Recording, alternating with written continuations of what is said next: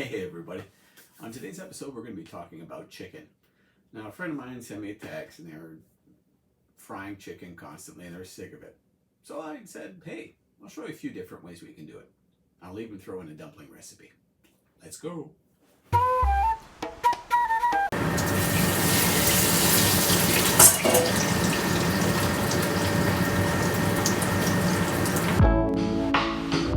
Poulet à la portugaise is pretty simple. You get half of a chicken that has all the bones removed.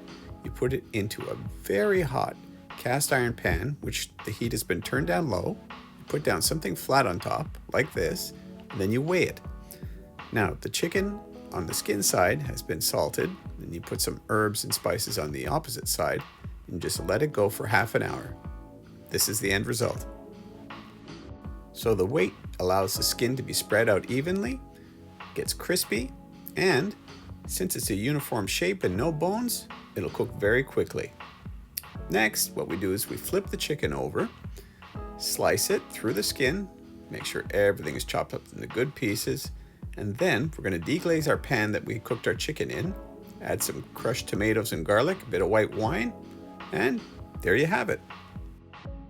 So the next recipe is a yogurt marinated chicken. Basically, it's a mashup between a tandoori chicken and a Middle Eastern chicken dish.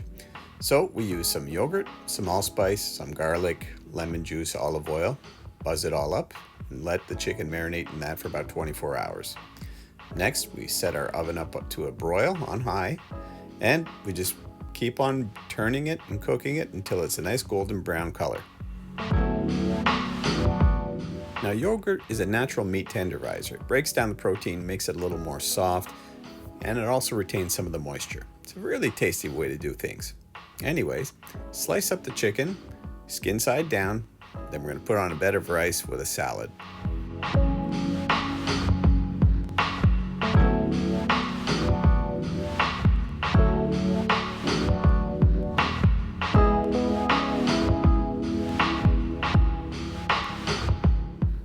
A simple grated carrot salad with some raisins, olive oil, a little bit of red wine vinegar, and there you have it. Chicken dinner.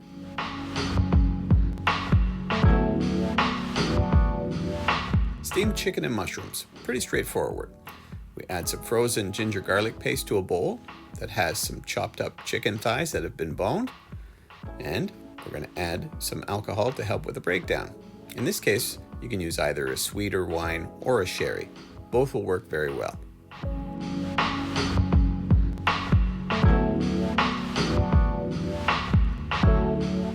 While the chicken is steeping in the ingredients, we're going to add hot water to the mushrooms.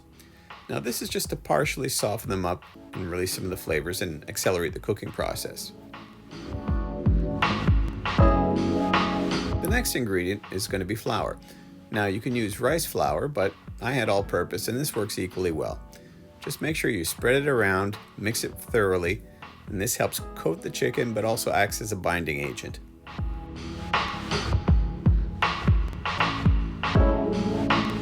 So now is the point where we add our mushrooms back to the bowl with the chicken. They've softened up enough, and now we can add them to a steamer or a wok with a steaming attachment to finish out in cooking.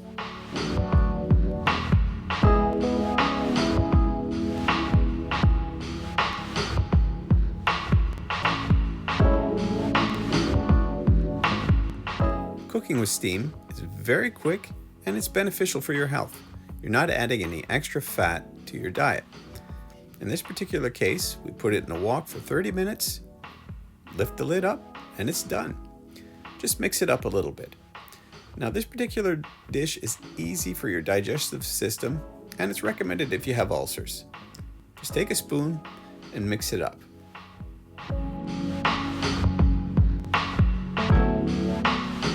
Steaming meats isn't very common in North America.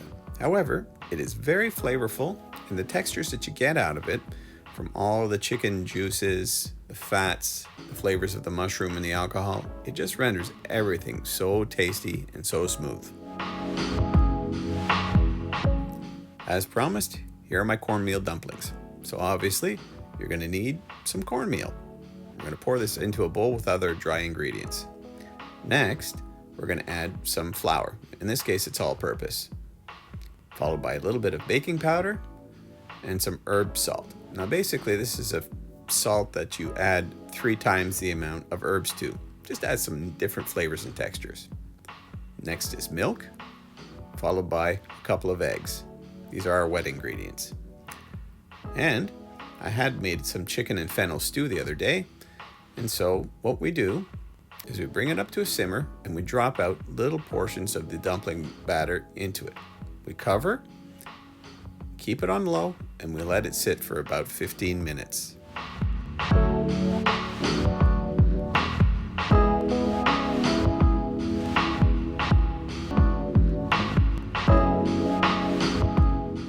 And after 15 minutes, we have some soft, fluffy cornmeal dumplings ready to eat with our stew. So here are our chicken recipes. Share, like, and subscribe. Hope you have a great week, people.